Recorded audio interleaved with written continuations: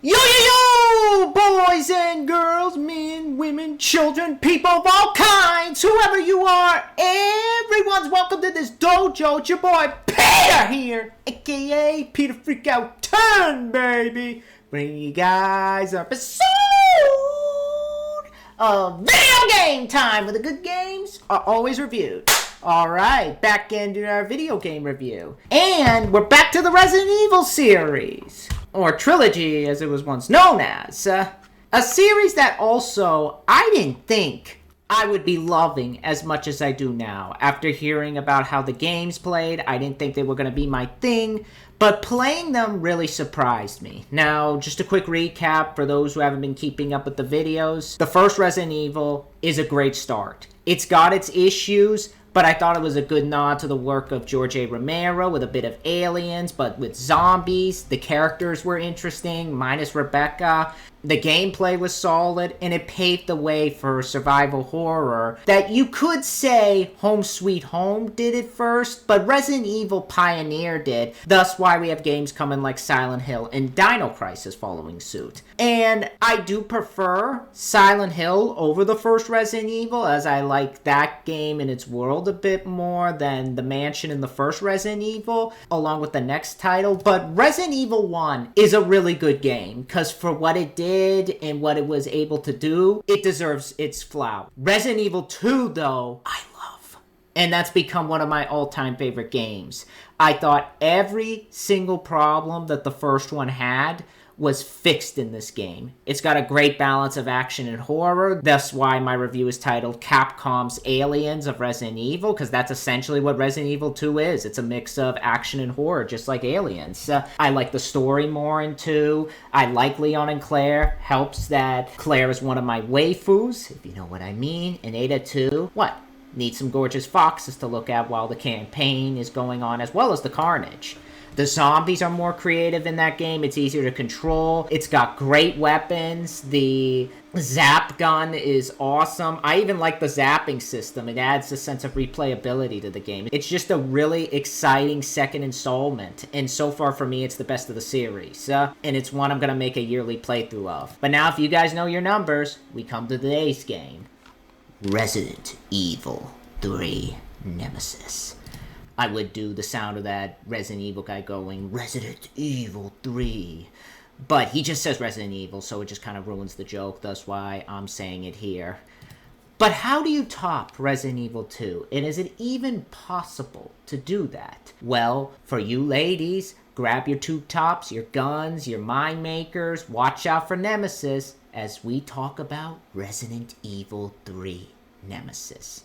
Now, Resident Evil 3 Nemesis, this was a game made in the year 1999, so a whole year after Resident Evil 2. And once again, Capcom come back to develop this third entry in the series and are continuing to develop Resident Evil games. With after this, we got Resident Evil Code Veronica and are at work developing Resident Evil 0 and Resident Evil 4. Now, this was actually made for the PlayStation, which as you guys can see is what I played it on, and it's getting a Dreamcast release, much like Resident Evil 2 did. What surprised me, though, is that there is no N64 version of this, especially considering the smaller size of this one, considering that Resident Evil 2 was a much bigger game, and they'd managed to fit that on the N64. So it's really insane to think that this is not on the N64. But with that said, getting into the development, in order to talk about Resident Evil 3's development, we have to backtrack a bit. Smack dab in the middle of Resident Evil 2's release. Now, as you guys know, when Resident Evil 2 came out, it was a massive hit for the company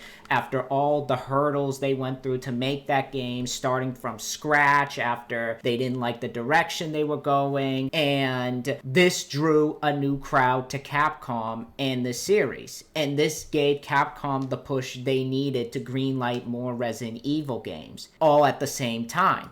with the teams being split up to work on the games, with one team hard at work on Resident Evil 0 with a planned N64 release, and a team called Next Tech working on Resident Evil Code Veronica for the Dreamcast, with rumors circulating that that was actually meant to be Resident Evil 3. But that being said, there was also a third group that would be working on another Resident Evil game, that being Biohazard 3, or Resident Evil 3 if you lived in the States, with Hideki Kamiya, the creative director of Resident Evil 2. He was supposed to come back, and he shared two ideas that he had for the game. The first one was the character of Hunk from Resident Evil 2, who was going to be the character you play as, and it was going to take place on a cruise ship where he was going to try to get back a sample of the G virus. The other was going to center on Oswald E. Spencer, the man behind the Umbrella, for those who don't know, and it was going to be about his son who was infected with the G virus, and he would work his way through the family castle and the Umbrella HQ. However, smack dab right in the middle of deciding a story, Sony announces the PlayStation 2 is on the horizons, which I do plan to start playing some games on that system. And seeing the opportunity to work with the new hardware on that console, they halted the development work for this game in favor of getting a fourth team going to work on a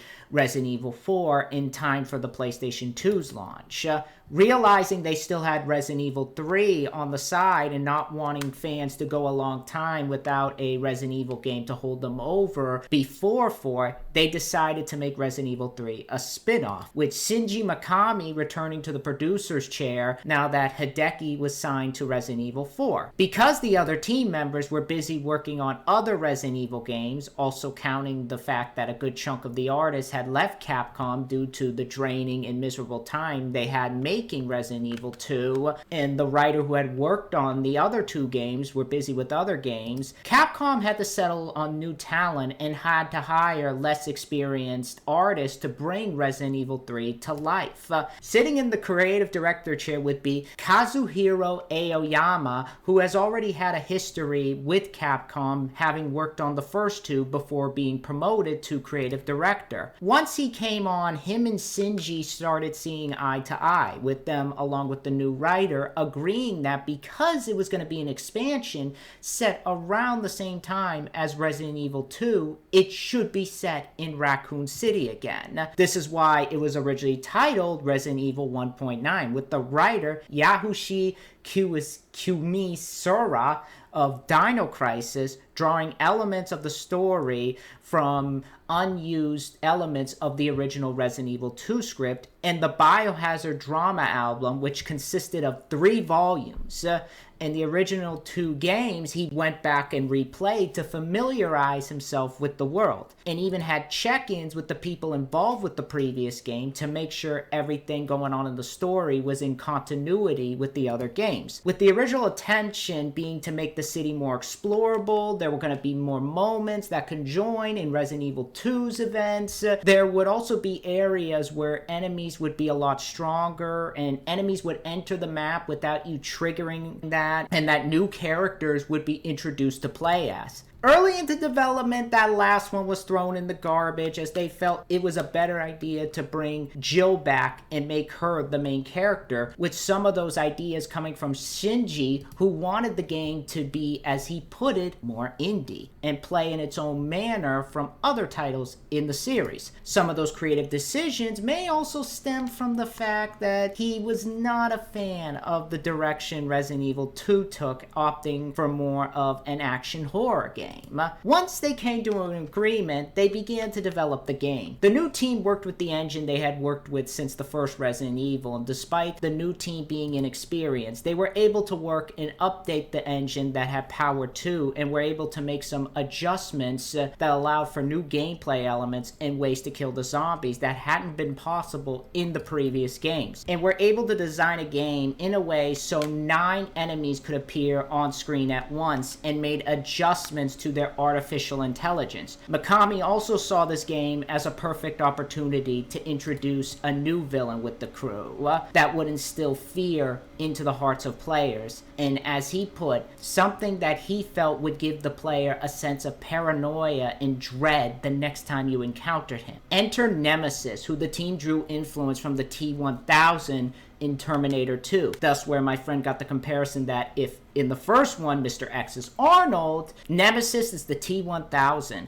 So development seemed to go fine. Then the production supervisor got involved. Yoshiki Okamoto began to worry about the franchise losing its crown, especially with other survival horror games that were taking influence coming down the pipeline. And noticing that Resident Evil Code Veronica and Resident Evil Zero were going to be exclusives, and that Hideki Kamiya is starting to develop the next game, this would mean a huge gap would happen between games and that people would lose interest in the series, as they thought. So he demanded changes be done, insisting that the game throw out the idea of being a spin-off and become a mainline entry in the series, that it would play like every other Resident Evil game as well. This meant development had to be rushed, with 2 months of development time being cut from the schedule, and staff members, which started off as a smaller team than that of Resident Evil 2, grew from 20 to 50 people. This meant a good chunk of ideas had to be cut from the final game, and at times assets had to be reused from Resident Evil 2. Shinji even felt the frustration as he was ready to take his name off the project and leave Capcom, but eventually relented. And much like Resident Evil 2, Capcom made sure that Resident Evil 3 had a grand entrance with a $20 million marketing campaign. Sadly, with that money, there was no George A. Romero commercial for this game. Yeah, I know, it sucks. Probably that had a lot to do with the fact that the marketing budget this time was being shared with another Capcom survival horror game, Dino Crisis, which I have started. For those who haven't seen it, I'll put in the link in the description. But they were also sharing it with Resident Evil 2's N64 port marketing, with the game being shown off at E3 1999 and the Tokyo Game Show in its original state before it was Frankensteined into what it is now. But much like Resident Evil 2, Capcom went in on TV ads, magazine ads, as well as a tie-in comic book. And the game was first released on September 22nd, 1999, and a couple months later on November 11th, 1999, with some copies carrying a demo for Dino Crisis, which actually had been released a few months prior. And when it first landed in Japan, the game sold over 1 million units, which, while less than Resident Evil 2 around its launch, which was 4.2 million in its first couple months, it was still a good profit for Capcom, and that number is continuing to grow. We shall see where it goes in the future, and I will put in the description below. But I think having this expansion reassured Capcom that the franchise was still beloved by many and its crown was put back in place. What surprised me, and this is someone who took a look at the reception and just thought it was going to be positive reviews, but thought that they would also point out that it would be a step back from Resident Evil 2. Nah, this game received universal acclaim from critics, with the PS1 version on Metacritic getting a 91 out of 100. Critics praised the game for its improved graphics, the character models especially, and the environments. There was also praise given to the new villain Nemesis, who a lot of people found to be one of the scariest villains in Resident Evil, and new elements of the gameplay were praised, like the new mercenaries mode and the choices given to the player in a specific situation, which they felt added a lot of replay value to the game, and new controls like the dodging mechanic, which I will talk about. However, people were critical of this game for its length, which they felt was a lot shorter than Resident Evil 2, and some people still had problems with the new mechanics, especially when it came to the control. Despite this, the game was once again a hit for Capcom, despite not sweeping the awards floor like the other two did. It did get a nomination, though, for GameSpot's Adventure Game of the Year. Now, that aspect of the reception surprised me with this game, because if you talk to any Resident Evil fan about this game, chances are you are going to find people in 3 different camps when it comes to this game. There are those who absolutely love it and claim it's their favorite of the trilogy. Then you have the middle side that's like, it's alright. But then you have the third side of those who don't like it and say it's their least favorite. Granted, the middle side could still like it, say it's their least favorite. But you have those who hate it as well, whereas the middle side feels like while there's some good, it could have been much better. I lean in the middle, and like I said, with me leaning in the middle, I don't hate this game, but there's a part of me that feels like it almost reaches that level of great, and it's almost as good as 2. But it stops itself a couple inches before it reaches that line, and with that, I cannot say it's better than 2. Because there is a lot that this game does great with, but there's a lot of areas where this game really feels like a step back from 2. And I think a lot of that has to do with the fact that this game was not meant to be a mainline entry in the series, but rather a spin-off or expansion pack. I don't understand the thinking from the producers about how they felt they were making people wait too long for a mainline entry when they still had a game coming out for people to play, regardless if it was a spin-off or not. You still have the attention for this series as well, regardless if it's mainline or not. With that said, I'll try not to come off as harsh with this game or like I come off like I hate it, because I don't, and I know this game has a lot of fans, with some who like it better than Resident Evil 2. I can see the areas that people come to that makes them say that. If you like the game, that's great. The world would be a boring place if we had the same opinions as everyone else. I'll get into that later, though. But with the plot of this game, it basically puts you back in the shoes of Jill Valentine, who you played as in the first, but it also puts you in the role of a new character named Carlos, a soldier, a part of a countermeasure service. And this game takes place once again in Raccoon City, and takes place prior to and in the middle of Resident Evil 2. And we see that the STARS team has split up, with Jill and Chris trying to expose Umbrella's horrible deeds to the public. With Chris missing in action, Jill finds herself in the middle of the outbreak in Raccoon City, where she also meets Carlos, who is a part of a service unit that works for Umbrella, led by this guy named Nikolai, who's telling Carlos and his group that they're going to save people in the middle of this outbreak, but really he's going to the city to do some dirty work for Umbrella. And so the two end up meeting and agree to work together, as we learn that pretty much they are planning to nuke the city. So now Jill and Carlos need to get to a vantage point and get a chopper to get out of the city, all the while being pursued by Umbrella's newest creation, Nemesis, who will stop at nothing to kill them. Will Jill and Carlos be able to make it to the helipad before the nuke goes off? Or will they end up on the menu for Nemesis and the zombies at Zombie Bell, nice and toasty? Now, the mixed bag that Resident Evil 3 starts from a story perspective.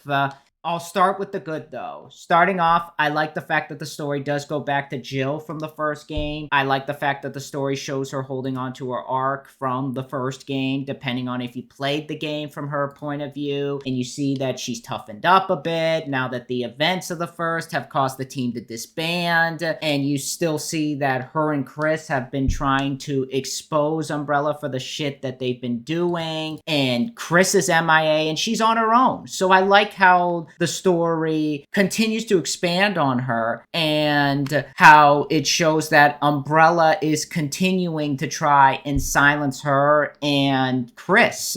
So there's that. There's that aspect of her character. This whole I never am gonna back down until Umbrella is done sort of attitude. And I also like how the story is continuing to explore how Umbrella is still trying to bury this mistake as much as possible. And you have this new villain in the form of Nikolai, who's doing this for not only his own benefit, but Umbrella itself. Now, granted, the story around Nikolai and him as a villain isn't as interesting as I think it was in Resident Evil 2, with how they explored that the chief in that game was tied to it, and how he himself is trying to destroy everything. Here, it's not as interesting as it was in that game. And Nikolai is just a typical loudmouth Russian drill sergeant we've seen a billion times. That being said, with this character, I do like the idea of the Special Forces unit, and how they're being led on a lie and how they're going into the city to save civilians.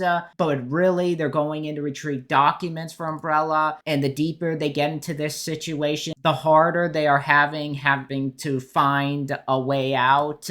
And I do like the Carlos character, and I like how he's integrated into the story. But his sections don't hinder the game as much as they did in the first. This is not an instance of Rebecca from the first, because his sections still feel like they keep the story on a good pace and don't feel like they abruptly stop the game to shove them in there like they did with Rebecca in the first one. But I also love the fact that this game expands on the little instances of 2 where you were in the city and allows you to explore more of the area. And from a storytelling perspective, I like it being set around the events of Resident Evil 2. It gives you the feeling that you're seeing the outbreak around that time from a different perspective in a different area from Raccoon City.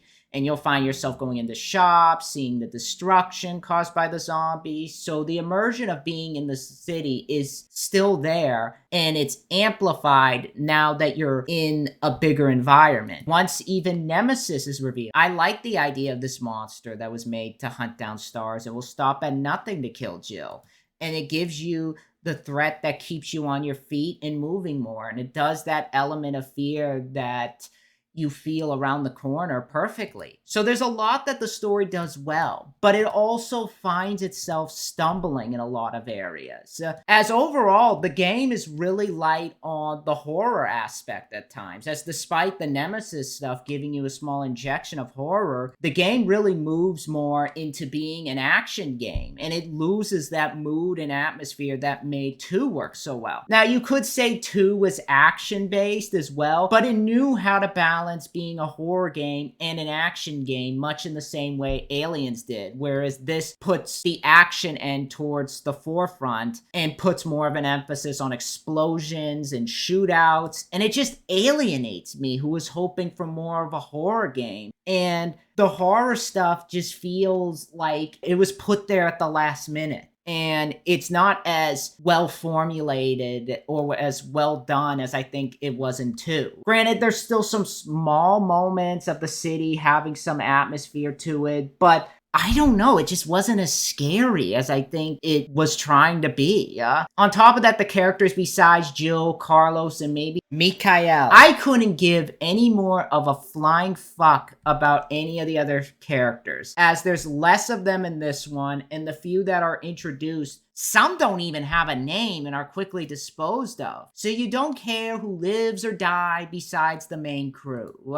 And it makes wanting to save them pointless, especially when compared to 2 who at least had side characters you gave a fuck about, like Sherry, Ada, or even ones that you hated that you wanted to see die, like Brian Irons. There's nothing to the length of characters in this one as I think it wants to have. And I get that it's trying to be ambitious, but this is not the game to be ambitious with, especially when it was meant to be a spin-off and it was meant to be on a smaller scale. Even with the city setting, and which I do like, and I do like aspects of it, there's some areas where it just feels small, and there's some areas where it just doesn't feel like it reaches the potential. It reaches about 50% of it, and then it loses that whole idea, especially when compared to the original vision. Now, obviously, I listed a lot of the good that the story offers, so I don't think it's bad, but it's definitely a story you can tell was forced to be ballooned to something bigger that it didn't want to be, and at times, some elements just feel too overly ambitious, and I think had they stayed with the spin-off idea that it was intended to be, it would have been a much better game. Or if you're going to make it a mainline sequel, throw out everything and start from scratch. Now, obviously, don't crunch the people involved with that, but if you're going to do that, at least try. But as a story itself, it's fine for what they were going for, and it's fine with what it came to be. Now, on a technical side, despite having to use a lot of assets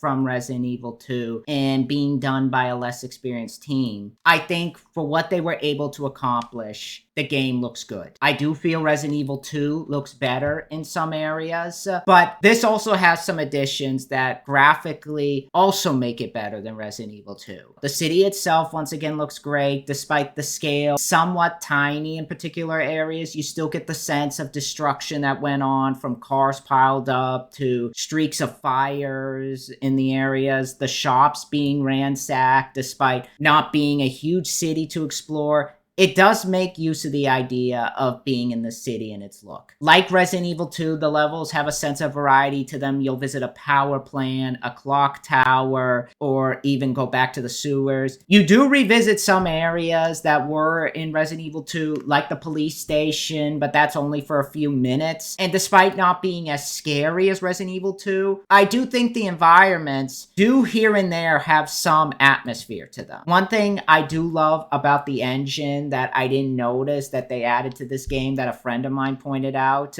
was where when you enter a particular area, it'll trigger a particular enemy to come out. Like, say you enter an area and you come in and something will jump out the window or something will come out to attack you. However, if you die and go back to that same area, that same enemy will become something else. So instead of a dog, it'll be a bird that comes out the window. Or like if you see like bullets on the ground before, now it'll be like health pickups. I like that it adds a dice roll sort of system to the environment where you get what you get and you're given to deal with the particular enemies around you. So I like that cool little touch to it. The fire effects look a lot better than they did in 2 as well. And the game runs really well when you're in the city, especially when you have the amount of enemies on screen that you have in this game. And the game once again employs a mix of both in-game and animated cutscenes like Resident Evil 2. Granted, there's less of the animated cutscenes as there was in 2. Probably has a lot to do with the inexperienced team and the smaller budget. But for what little was done, they look really well done. Character models have also seen a massive step up in quality. The faces look a bit better. Animations and body structures look a lot better. Nemesis especially looks terrifying in his design. I love how big and bulky he looks with the deformed face and the rockets and the weird things coming out of his hands, like that scene in Hellbound Hellraiser 2 with the doctor, and he had the weird slug creatures with the knives coming out of him.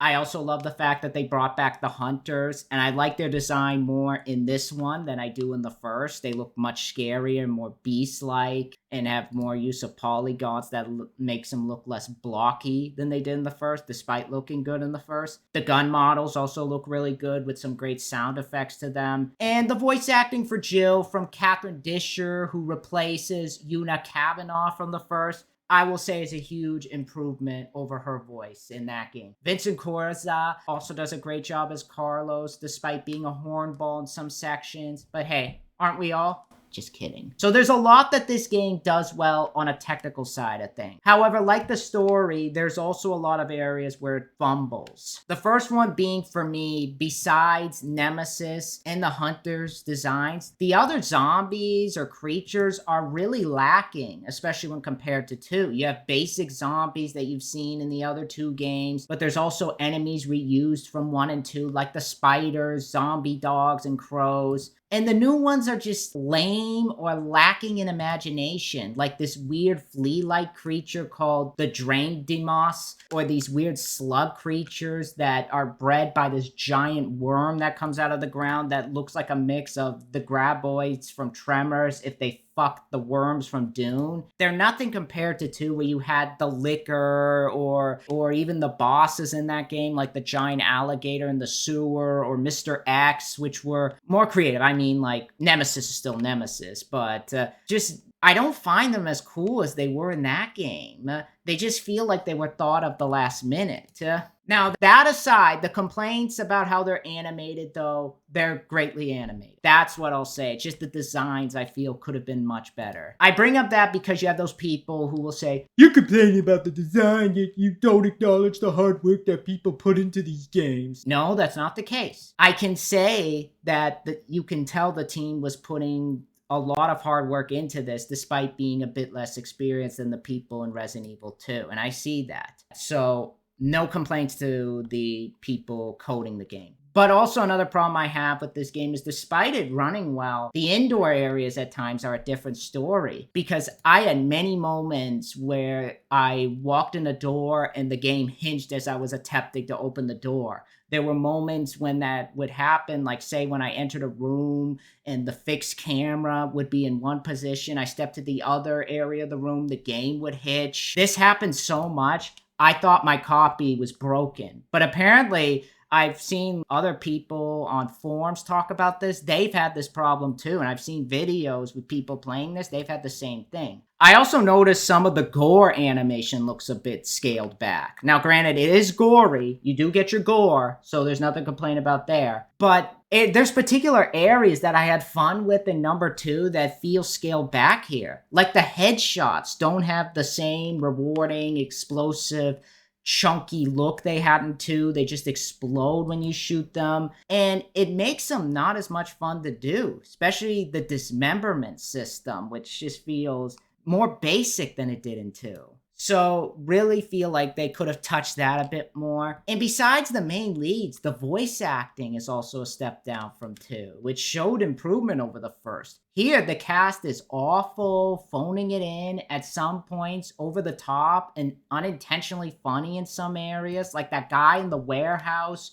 you find, which at times came off as hammy and done in one take. The score is also a step down from 2, which is crazy because Maxima Ueda comes back from 2. But I don't think I can blame him because he's working with 2 different people for the music who he didn't work with in 2. Sariora Miyada and Shusaki Uchiyama are who he worked with. The only piece of score that I found myself liking was the Nemesis theme. I thought it gave Nemesis a great entrance and really kind of made his presence all the more intimidating and really made you jump out of your seat when you appeared. The rest, though, was forgettable, and you can tell their heart wasn't in it, or because of the smaller scale they were working with, they didn't have much to give to the music. So that's really where I feel could have been better, too.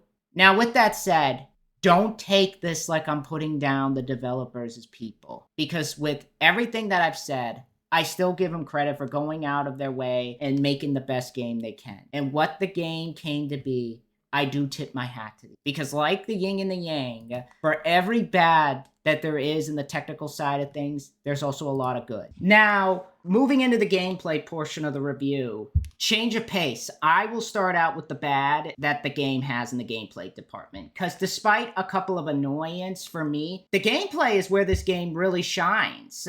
But there are a couple things that I do want to talk about. Number 1 is that the game leans towards being a lot linear than that of Resident Evil 2. And that is because you don't have the zapping system, which for those who haven't played Resident Evil 2 or don't know what I'm talking about or even haven't seen my review, the zapping system was something that when you played as a particular character and you kept the save on your memory card, you moved to the next character, a lot of the choices you made carried over into the other character. You don't have that here, so instead the game basically has you going through the game A to B till something happens and you switch to Carlos. I will say nice things about Carlos later though, but getting rid of something like the zapping system I thought was a mistake, as I love that aspect in 2, and it made the whole outbreak and story conjoin together in a way that I thought was perfect. And it made every little choice you made count in number 2. And this moves into the second problem that I have with the gameplay.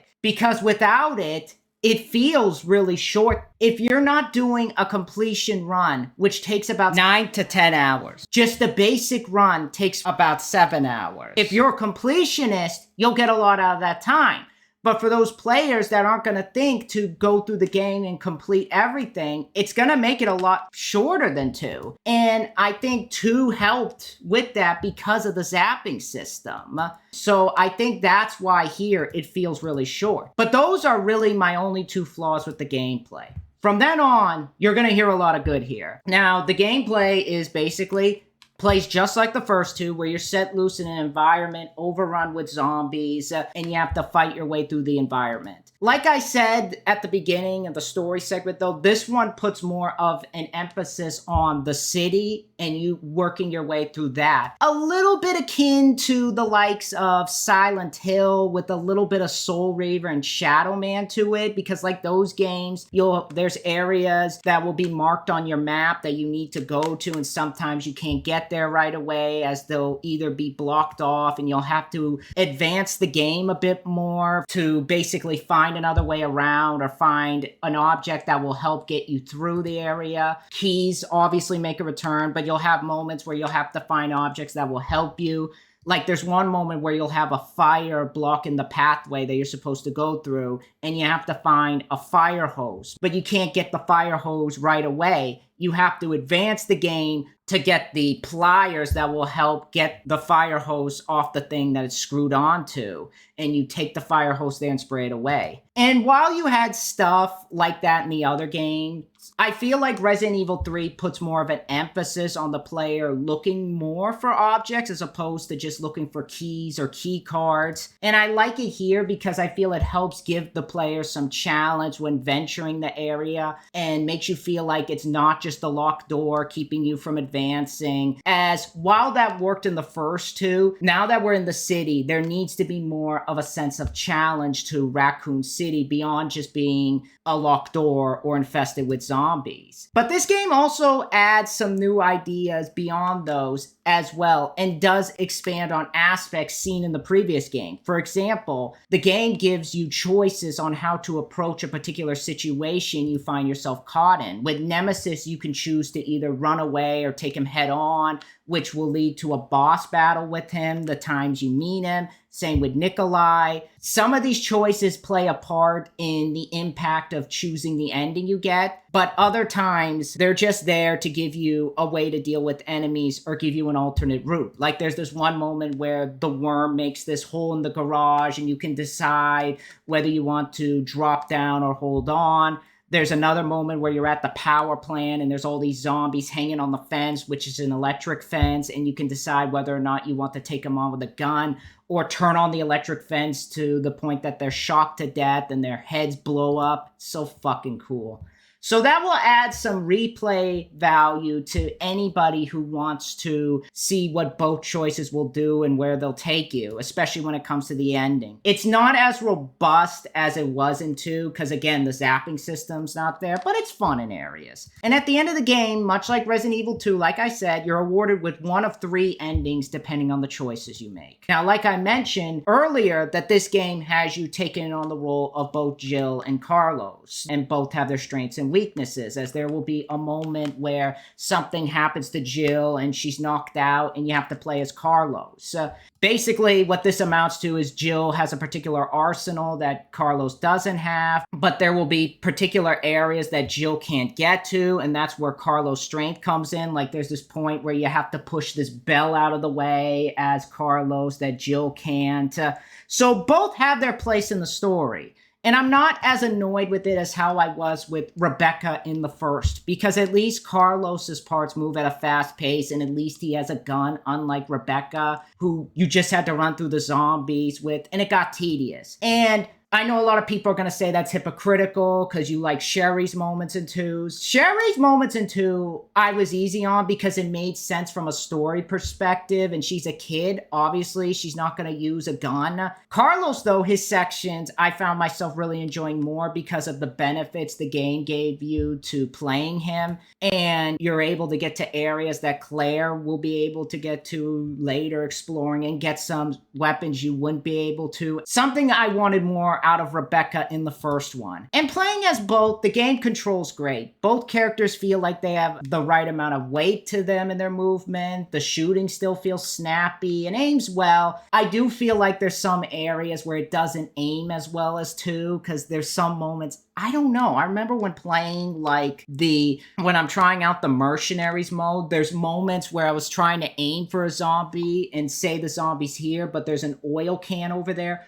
I accidentally shoot the oil can even though I'm not intending to. I've had a couple moments like that, but other than that, the aiming still feels fine. I do think 2's aiming feels a lot better, but it's fine in this game. I like the new additions that this game adds to the controls, like you're able to quick turn, you can jump out of the way quickly, dodge, and you have to time it particularly at points, and it also depends on the type of weapon you're holding, as that will determine the speed of it. Like you can't move quickly out of the way with the grenade launcher, but you can move quickly out of the way with a pistol or a shotgun. But it's still a cool ability to have.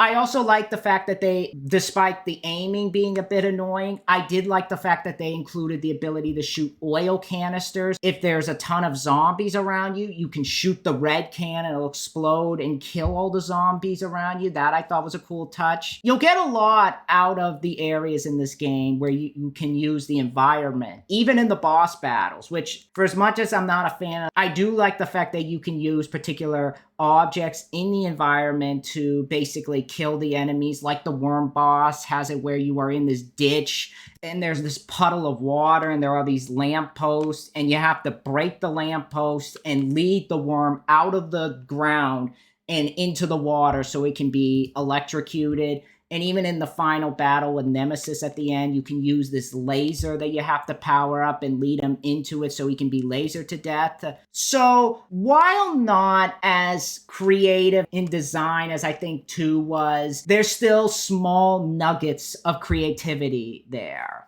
And they're still fun to partake in because of the creativity in the environment that you can use to take down your opponents. And just like the first 2, you'll still be collecting dossiers and memos that you get an idea of what's going on and where people's mindset are when the outbreak started. Like there's this notebook about this guy who knew because of the outbreak that he thought no one was coming to help, so he took his own life.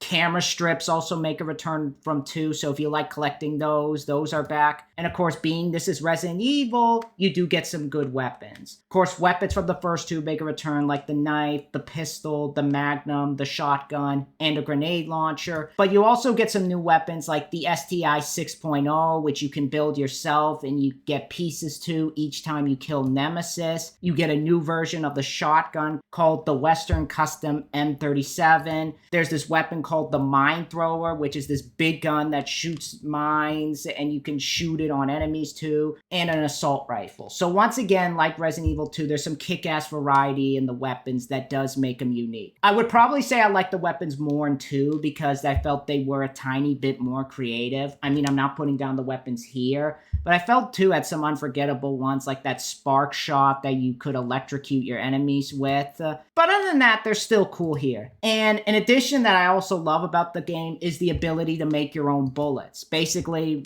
what goes on as you go through the game, you'll find packages of gunpowder, A, B, or C.